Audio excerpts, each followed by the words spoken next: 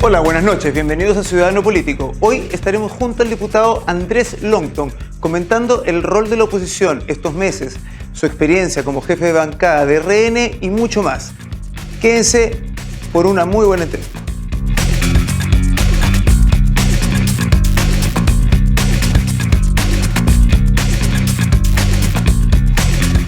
Hola Andrés, ¿cómo estás? Bienvenido.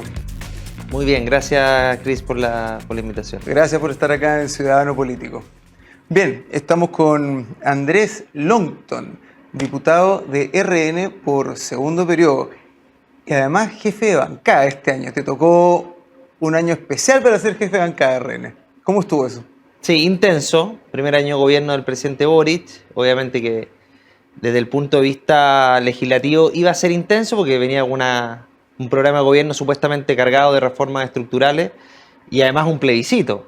Y ese plebiscito obviamente que nos exigió a nosotros tener mucha acción desde el punto de vista político, sobre todo para visualizar todos los problemas que tenía este proyecto de nueva constitución, un Congreso muy fragmentado donde hay que llegar a muchos acuerdos y se dificulta por la cantidad de partidos políticos, una bancada grande además, con mucha diversidad, así que desafiante pero con mucho aprendizaje. Para mí es muy especial porque además mi padre en un momento fue jefe de bancada de Renovación Nacional, entonces tenía una parte muy emotiva también para mí ser jefe de bancada, viniendo de subjefe. Yo venía de subjefe el año anterior. ¿Lo político viene de familia?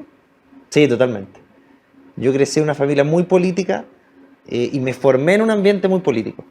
Entonces, yo siempre he dicho, los niños son como esponjas, van absorbiendo todo lo que ven y escuchan. Y a mí me tocó compartir con mis papás en su lugar de trabajo. El político generalmente se mueve mucho, está poco en casa y la manera de compartir con tus papás para mí era acompañarlo al Congreso. ¿Tu papá fue diputado? Mi papá fue alcalde, fue diputado y fue gobernador también. Y mi mamá también. Mi mamá fue concejal, alcaldesa, diputada, consejera regional, así que tenemos una familia por parte de papás muy cargada. Tengo un primo también que es senador. Así que yo me tocó convivir mucho, somos 3 hermanos, obviamente que yo fui el que más se acercó al área política, estudié Derecho, me especialicé en Derecho Administrativo, Público, siempre me gustó. Y de los 3 hermanos, político. ¿Qué es lo que gatilló que tú sí fueses candidato a diputado? Mira, a mí siempre me gustó el mundo público, yo nunca me vi trabajando en el mundo privado, sin perjuicio que, obviamente que si la oportunidad estaba lo iba a hacer, pero a mí siempre me gustó el tema social, siempre me gustó, el poder tener contacto con la gente, tener la posibilidad de resolver temas que a la gente les pudiera hacer una satisfacción en su vida. Para mí eso era como muy satisfactorio desde el punto de vista humano, más allá de las lucas, más allá del sueldo, y yo creo que eso me cautivaba mucho porque además lo vi de mis papás. Entonces, cuando estudié Derecho lo hice pensando en eso, me ligué al mundo público desde el primer minuto, siempre participé con mis papás en las campañas, así que, bueno, salí yo más cercano a este mundo, pero podría perfectamente no, mi hermano es otra onda totalmente distinta.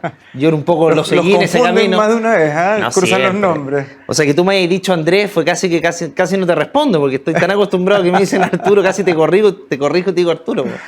Pero sí, me dicen mucho Arturo. Por mi papá y por mi hermano. Muchas veces cuando me dicen en la sala Arturo, me dicen, no, es por tu papá. Yo sé que es por mi hermano, pero nadie se atreve a decirme que es por mi papá. Que es por mi hermano, perdón. Cuando el presidente de la Cámara era Raúl Soto, hay un video muy divertido donde está arriba en la testera y dice, bueno, según la intervención del diputado don Arturo Longton. Sí. No, me equivoqué de reality. Sí. Le salió muy bueno, muy natural. Yo tengo buena relación con Raúl, así que, mire, yo soy lo menos grave que hay para esas cosas. Hay gente que cree que diciéndome, te salió un reality, yo me voy a sentir todo lo contrario.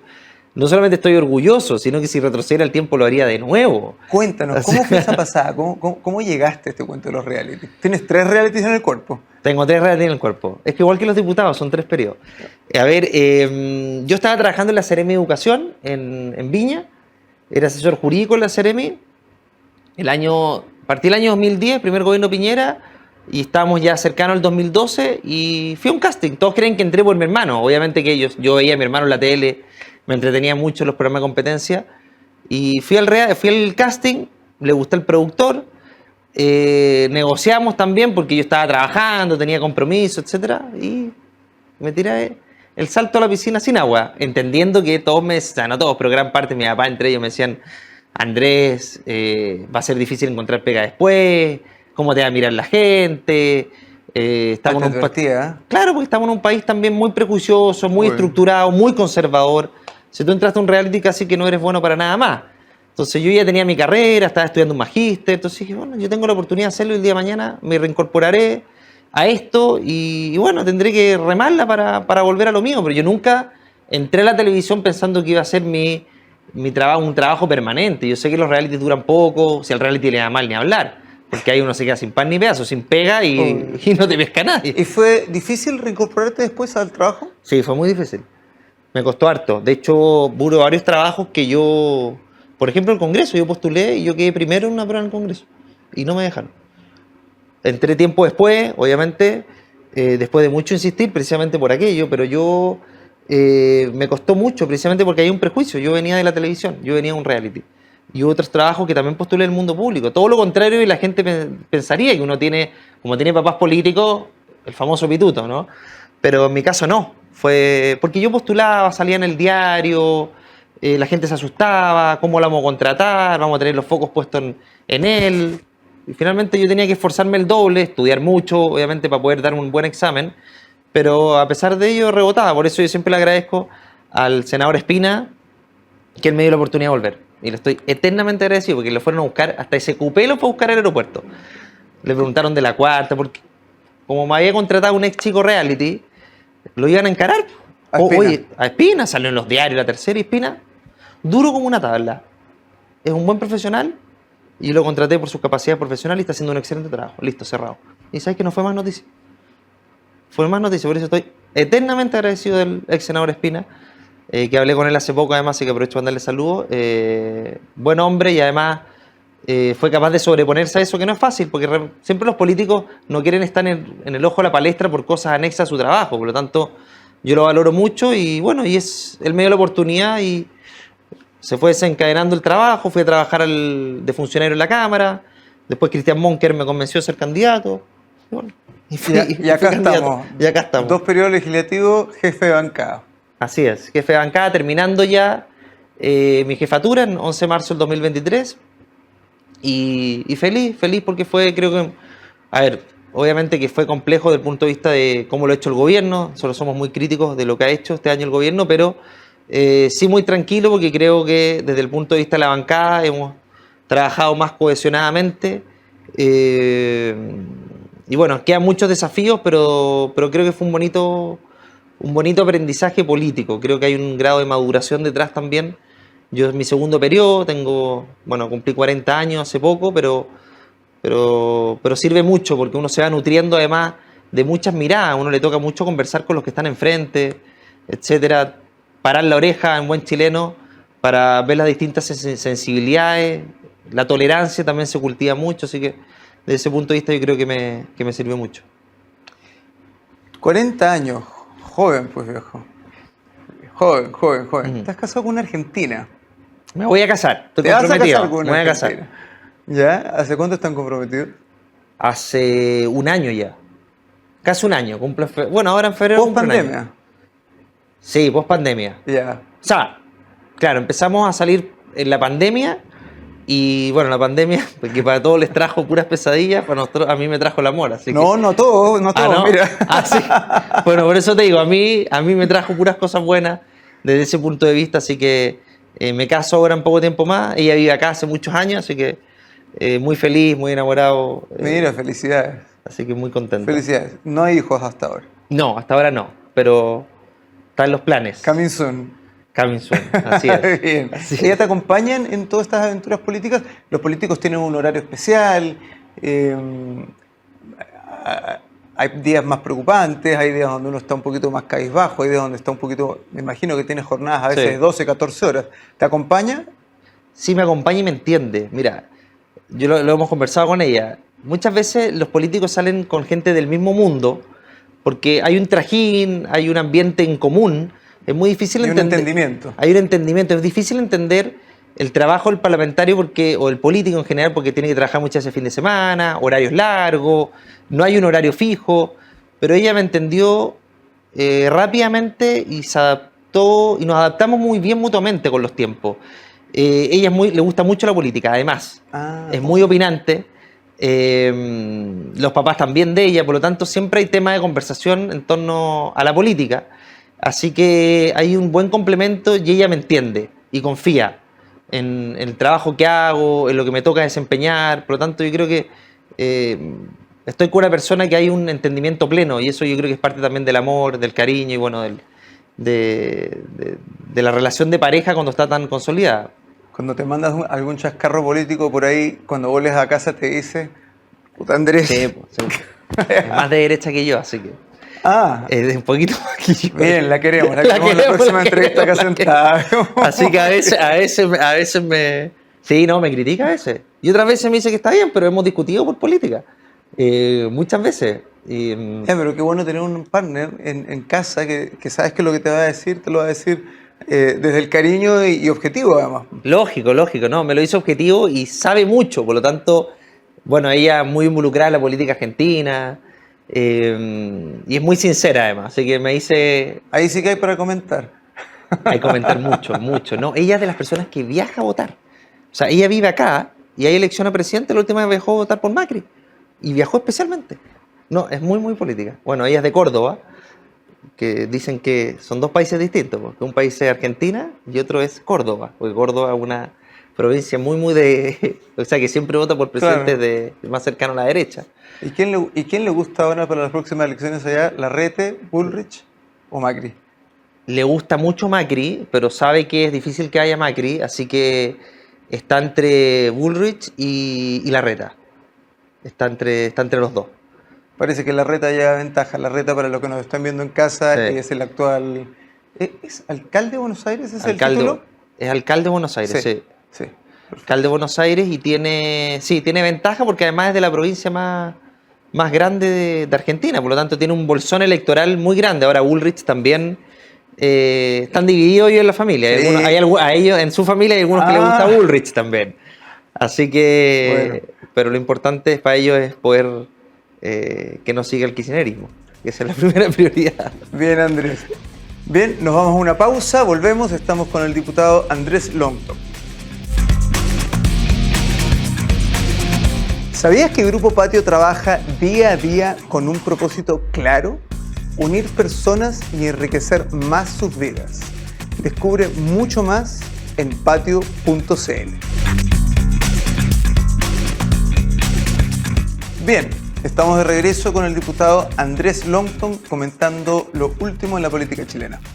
Andrés, una vez más, en tu rol de jefe de bancada que has tenido el año pasado y que vas a tener ahora hasta el 11 de marzo, ¿cómo has visto tú, cómo te ha tocado interactuar con la oposición? ¿Cómo has visto, cuál ha sido el rol de ustedes como partidos, como oposición? ¿Cómo lo evalúas? A ver, nosotros como oposición, por lo menos en la Cámara de Diputados, hemos tratado de tener una impronta muy fiscalizadora, firme respecto a aquellos elementos que nos parecen disruptivos y negativos para el país desde el punto de vista del programa de gobierno, ser muy combativo de los simbolismos ideológicos con poco contenido que creo que este gobierno ha querido instalar, pero a la vez hemos también dado el espacio para poder avanzar en aquellas reformas que nosotros creemos que pueden hacerle bien al país sin perjuicio de que puedan sufrir modificaciones en la tramitación legislativa. Es decir, si hay un proyecto bueno, nosotros estamos dispuestos a estudiarlo e introducirle modificaciones. No ha sido difícil avanzar en ese sentido porque creemos que el gobierno llegó con una agenda de reformas muy cerrada desde el punto de vista de la flexibilidad que tienen para poder modificarlas. Por ejemplo, la reforma de pensiones, la reforma tributaria. En materia de seguridad nos hemos encontrado con un paredón muy difícil de cruzar, sobre todo cuando el Partido Comunista y el Frente Amplio tienen un sesgo tan marcado en materia de seguridad con señales tan equivocadas. Y eso nos ha enfrentado de manera muy seguida, pero siempre nosotros tenemos los canales abiertos respecto al diálogo. Cuando creemos que hay un proyecto bueno, por ejemplo en materia de seguridad, nosotros lo vamos a aprobar sin ningún problema, pero sí creemos que la falta de experiencia del gobierno, la improvisación y esta suerte de pasar del Congreso al gobierno o de marchar a ocupar cargos de Estado que sean representativos de todo el país y no de un porcentaje o de cierto sector en particular, a ellos les ha pasado la cuenta y eso yo creo que los los ha bloqueado mucho o los ha dejado sin herramientas para poder conversar o dialogar de manera clara con quienes piensan distinto, pero que es necesario construir con los que son distintos. Yo creo que ellos llegaron con una agenda ideológica muy marcada y finalmente eso a ellos les provocó su comportamiento del periodo pasado los hizo llegar con un comportamiento en este periodo donde finalmente conversar con el que piensa distinto para ellos era muy, muy difícil. Claro, Andrés, lo que pasa es que ellos llegaron con un plan de gobierno efectivamente bastante ideologizado, pero yo creo que ellos estaban bastante seguros, los que hoy día son gobierno, que iban a jugar la pelota con la constitución que ellos tenían planteada. Absolutamente. Que era una constitución que el 62% de los chilenos rechazaron. Y eso, ahora tienen que jugar con la constitución anterior. Es que eso fue un error, porque si tú te pones a pensar, la gente cuando los elige a ellos, no los elige pensando que van a tener una nueva constitución. A ti te eligen bajo un marco constitucional que ya estaba establecido. Porque si tú le hubieras dicho a la gente, mira, vota por Boric, pero solamente si hay una nueva constitución, esta persona va a poder gobernar. Yo te aseguro que mucha gente no hubiera votado por él. Por él votaron bajo un marco constitucional establecido. Él no le dijo a nadie que no podía gobernar con esa constitución. O sea, nos encontramos con esa sorpresa en el primer semestre, donde finalmente la agenda se paralizó completamente con un gobierno que estaba abocado a hacer campaña en vez de resolver las urgencias que teníamos ciudadanas. Y eso le está pasando ahora la cuenta, porque esa ola creció. Y creció a un nivel tal de que es muy difícil recuperar la marcha y ponerse a tono con lo que está pasando en el país. Las encuestas son súper claras. ¿El gobierno perdió la agenda? Absolutamente. Yo creo que el gobierno no solamente perdió la agenda, sino yo creo que hay temas en que derechamente no tenía agenda. En materia de seguridad no había agenda. O sea, el gobierno se preocupó más de tener una agenda estructural, de reformas estructurales, pero no una agenda a corto y mediano plazo. Entonces, ellos pensaron que con reformas profundas, ideológicas, iban a tener un país que se le iba a rendir a sus pies. Pero la gente día a día no puede, con lo que gana no le alcanza, no puede salir a la calle porque puede ser víctima de un delito. El tema de las pensiones es un tema también muy, muy delicado, pero no construyeron una agenda a mediano plazo en que tuvieran una mirada respecto a cómo abordar aquello. Entonces hoy día estamos viendo, por ejemplo, en materia de seguridad, donde está tan famosa la mesa, una sequía legislativa tremenda. En la Comisión de Seguridad que yo formo parte no hay proyectos en materia de seguridad, los proyectos son de los parlamentarios y que está bien, pero tú tienes que tener un gobierno activo en materia de seguridad, sobre todo desde el punto de vista legislativo, con complicidad con la oposición también. Y eso no lo hemos visto tratar de dar señales a la gente, pero la gente de señales no vive. ¿Qué pasa con la ministra Toay? A ver, yo creo que la ministra Toá tiene una gran experiencia política, bagaje político que le permite salir del paso muy rápidamente con sus declaraciones, pero creo que estamos con una ministra Toá que está, a ver, ¿cómo decirlo? Que está muy sobrecargada, lo que le ha producido que, desde el punto de vista del diálogo, sea muy confrontacional. Se haya puesto una ministra muy confrontacional. Está más dura. Mucho más dura. Y lo vimos hace pocos días en la sala de la Cámara de Diputados. Se termina cayendo un proyecto de ley precisamente porque ella enfrentó al Parlamento, nos trató de mentirosos a todos. Entonces, está muy confrontacional la ministra y eso obviamente que dificulta el diálogo y dificulta la capacidad de poder llegar a acuerdos. ¿Pasará que tienes una ministra toda que llegó un poco a conciliar las aguas como llegaron los exconcertación, como los llamo yo, pero estará media tironeada entre el grupo ideologizado de extrema izquierda, el Partido Comunista, la ladura del Frente Amplio y las ganas de querer hacerlo bien y querer un poco poder tender puentes más bien con ustedes que son la oposición y enchufar además un poco con la necesidad número uno en este minuto, por ejemplo, la seguridad, que es lo que más preocupa a la población. ¿Estará tironeada ella? A mí no me queda ninguna duda que hace. Porque además el sector de extrema izquierda, Pro Dignidad, es la coalición del presidente. Entonces, ella no es que tenga una contradicción interna, ella tiene que salir del paso para poder satisfacer a la extrema izquierda y a la centro izquierda. Y eso es una complicación diaria, porque hay miradas distintas desde los dos sectores, sobre todo en materia de seguridad. O sea, tú pones un proyecto hoy día de seguridad en la sala y el Frente Amplio y el Partido Comunista vota en contra y el Socialismo Democrático vota a favor. Eso es una complicación para ella, porque finalmente no se termina imponiendo su mirada, se termina imponiendo una mirada que es ambivalente, es confusa, y ella la termina enfrentando no solamente con la oposición, ella termina enfrentada internamente. Entonces, se generan estas mesas, esta suerte de mesas, que es un diálogo que no es legislativo, porque ella tiene que lograr que los comunistas y el Frente Amplio avancen en una agenda de seguridad que a ellos les haga sentido. Pero estamos hablando al 20% del país. ¿Qué hace el otro 80% del país que tiene que mirar cómo los sectores más radicalizados de la izquierda se ponen de acuerdo? Entonces, eso a ella la tiene muy conflictuada, creo yo. Y eso le hace a ella estar peleando en varios frentes. Lo que obviamente que desde el punto de vista político para ella es una complicación, porque además yo creo que ella internamente debe tener una cercanía claramente con una postura más ligada al socialismo democrático que a Prodignidad, pero obviamente que hay una lealtad con el presidente en una cartera tan importante como Interior. Estamos a puertas de marzo. ¿Ves un cambio de gabinete profundo o ves un cambio de gabinete light en el horizonte? Yo creo que tiene que ser profundo, pero creo que una vez más el Partido Comunista y la coalición de gobierno del presidente, que es el Frente Amplio, va a terminar imponiendo sus términos. Y creo que no va a ser tan profundo como quisiéramos.